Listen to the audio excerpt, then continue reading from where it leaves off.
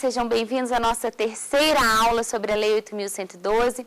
Comigo, professora Lucília Sanches, professora de Direito Administrativo, e com nossos três colegas, o Flávio, a Claren, e hoje, na nossa terceira aula, o Diego está substituindo o Gabriel. Seja bem-vindo, Diego. Nós continuamos com o tema Lei 8.112. Nessa terceira aula, nós vamos trabalhar a parte dos direitos e vantagens do servidor. Antes de nós adentrarmos no tema, vou passar para vocês o e-mail, vocês enviem as dúvidas, claro, sempre identificando o nome do professor, a aula, o tema, para facilitar o envio das perguntas para a gente. Nosso e-mail é saberdireito@stf.jus.br, saberdireito@stf.jus.br. Nós falávamos sobre a Lei 8.112 e na segunda aula nós falamos a respeito dos provimentos, da vacância, do deslocamento do servidor.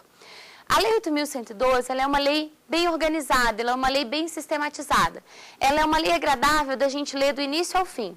Então, a primeira parte dela fala a respeito de como o servidor entra, quais são os atributos que ele precisa de ter para entrar, como é que ele vai adquirir estabilidade ou não.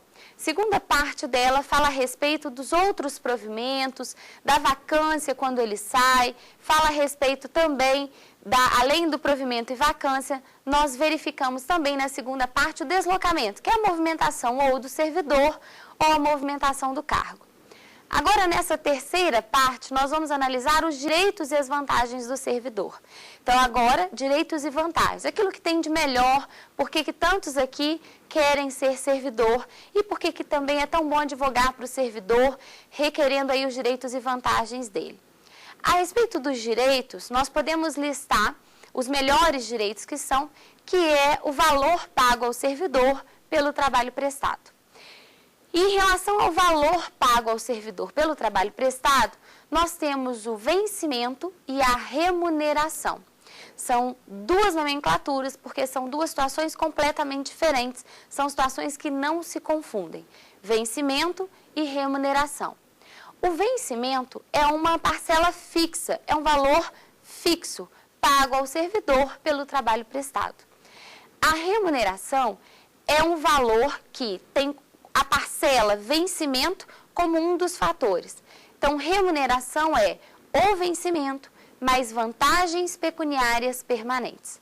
Então, relembrando, vencimento é um valor fixo, é aquele valor pago pelo trabalho prestado, e a remuneração é esse valor fixo quando acrescido de vantagens pecuniárias permanentes. Hoje é muito importante a gente lembrar que a remuneração, ela não pode ser menor que o salário mínimo.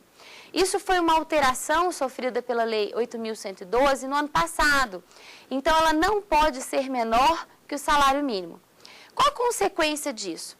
Que o vencimento vai poder ser menor que o salário mínimo. Se a remuneração soma vencimento mais vantagens não pode ser menor que o salário mínimo, significa que o vencimento poderá sim vir a ser menor que o salário mínimo. E aí, lembrando disso, a gente se lembra também de uma súmula vinculante, ou melhor, de duas súmulas vinculantes que falam sobre esse tema. Súmula vinculante número 15 e súmula vinculante número 16. Súmula vinculante 15 e súmula vinculante 16. O que essas súmulas falam? A 16 fala exatamente isso, que a remuneração não pode ser menor que o salário mínimo, e a 15 vai falar, portanto, que se o vencimento pode ser menor que o salário mínimo, caso o servidor não receba vantagens que consigam atingir o salário mínimo, a esse vencimento será acrescido o que nós chamamos de abono. E quaisquer acréscimos posteriores incidirão só no vencimento, não na soma, vencimento mais abono. Então, recapitulando, analisando isso de uma outra forma. O vencimento a remuneração é o vencimento mais as vantagens permanentes. A remuneração não pode ser menor que o salário mínimo. Portanto, o vencimento pode.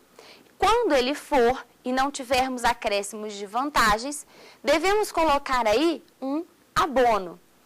E se incidirem percentuais sobre isso, os percentuais incidirão só sobre o vencimento, nunca sobre a soma vencimento mais abono. Cuidado que isso são súmulas vinculantes recentes do STF, são importantes tanto para a vida prática quanto para os futuros concurseiros e para quem já está na administração federal. Além desses direitos que o servidor tem, claro, o direito pelo valor pago em relação ao trabalho prestado, é importante que a gente lembre que esse valor deve sofrer proteções.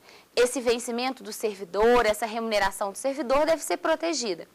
Por isso que a Lei 8.112 fala que a regra é não poder haver arresto, nem sequestro, nem penhora em relação ao vencimento e à remuneração do servidor. Então, não poderá haver arresto, nem sequestro, nem penhora, nem em relação ao vencimento, nem em relação à remuneração do servidor. Mas no direito, quase toda regra tem exceção. E essa regra é uma daquelas que tem exceção. Se o desconto que nós estivemos querer fazendo aí, se o arresto, o sequestro e a penhora for para pagar a prestação alimentícia, nós poderemos sim arrestar, sequestrar ou penhorar. Então, não pode arresto, sequestro ou penhora, salvo se for para prestação alimentícia. Salvo prestação alimentícia. Outra proteção ao vencimento e à remuneração é a impossibilidade como regra de desconto. Então, em regra, não pode haver desconto na remuneração e no vencimento do servidor.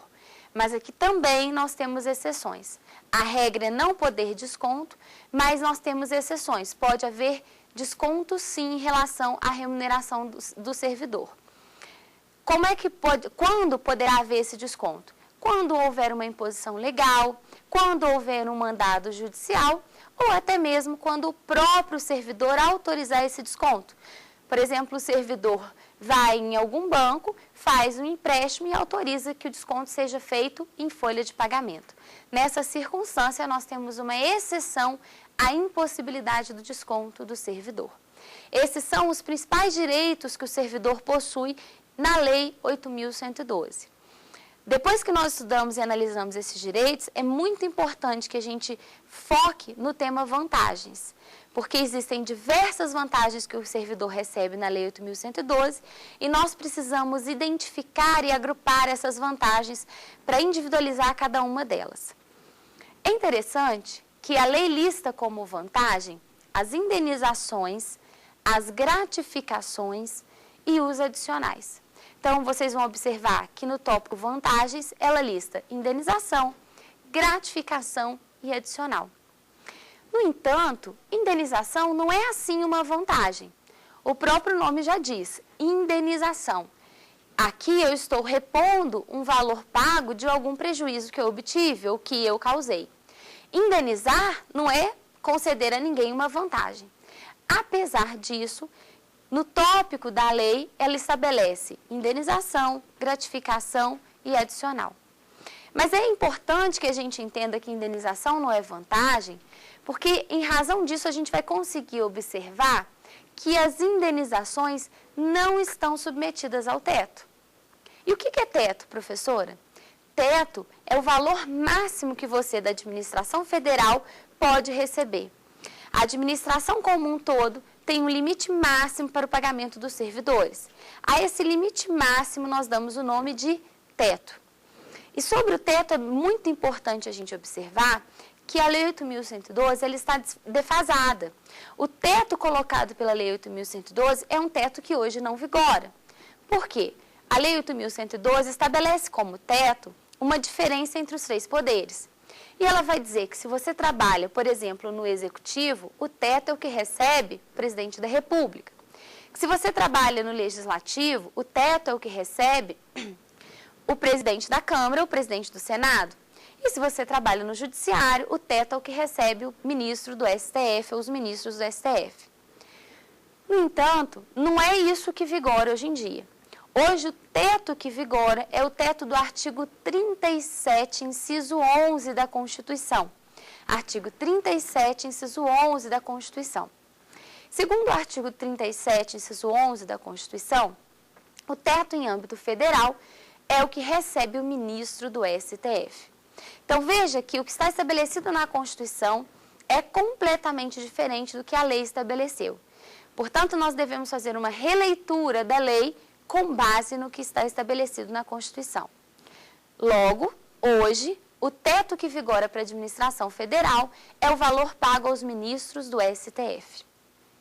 E nós estávamos falando sobre o teto porque nós falávamos que as indenizações não vão ficar limitadas ao teto, não serão submetidas ao teto.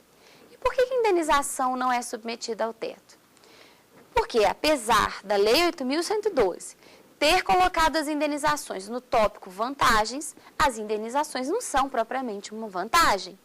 Eu indenizo quando eu causo prejuízo. Portanto, eu não posso limitar o pagamento de algum prejuízo a teto nenhum.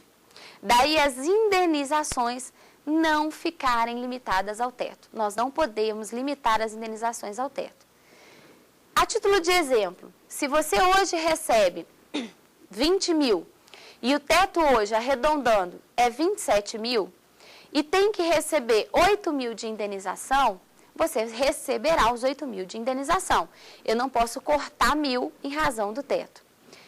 Diferente, se você recebe hoje 20 mil e tiver que receber 8 mil de vantagens propriamente ditas.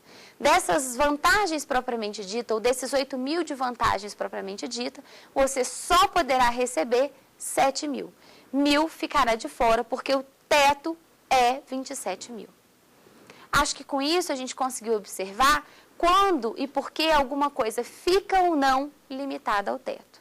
Agora a gente precisa de entender quais são as indenizações vigentes, quais são os adicionais e quais são as gratificações. Iniciando pelas indenizações que, portanto, como nós já falamos, não submetem ao teto. Nós temos 4 tipos de indenizações. Nós temos as diárias, a ajuda de custo, o auxílio transporte e o auxílio moradia. Diária, ajuda de custo, auxílio transporte e auxílio moradia.